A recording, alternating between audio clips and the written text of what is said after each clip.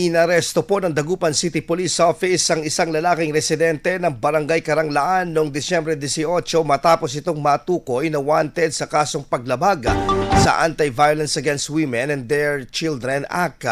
Isinagawa ang pag-aresto sa bisa ng warrant of arrest na inilabas ng korte para sa paglabag sa Republic Act No. 9262 o yung Vawc Act of 2004 na may nakatakdang piyansang 72,000 pesos.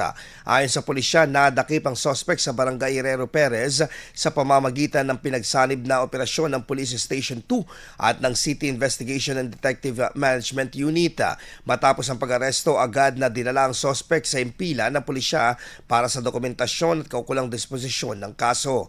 Patuloy namang iginiit ng Dagupan City Police Office ang kanilang kampanya laban sa karahasan, partikular na sa mga kasong may kinalaman sa mga kababaihan at bata.